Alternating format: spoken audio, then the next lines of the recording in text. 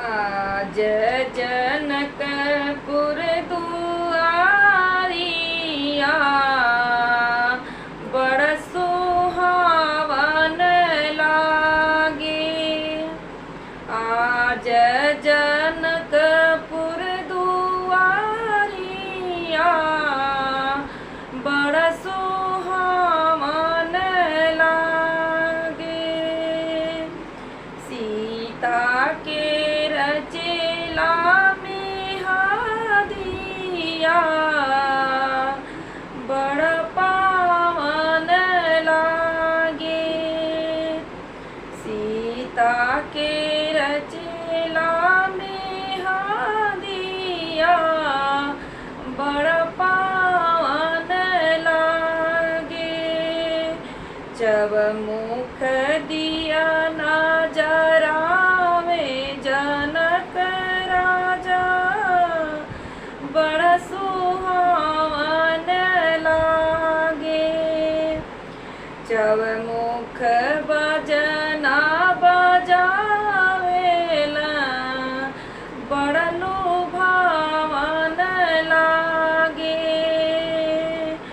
खुश भइल सगरो नगरिया बड़ लुभावन लागे। सीता के लगेला हरदिया मन भावन लागे। सीता के लगेला हरदिया मन भावन लागे। जनकपुर नगरिया के जागल भगिया जागल सीता जी का अमर सुहागिया बड़ सुहावन लागे। जागल सीता जी का अमर सुहागिया बड़ सुहावन लागे। चौका पुराइल आंगना बड़ पावन लागे। सीता के लगेला में हदिया बड़ सुहावन लागे।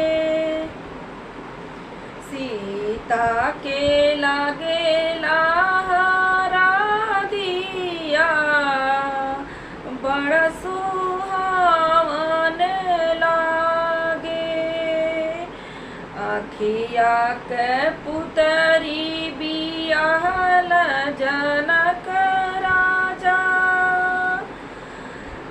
धरती दल की जई है गिरी है बिजुरिया। अखिया के पुतरी बियाहल जनक राजा धरती दल की जई है गिरी है बिजुरिया बड़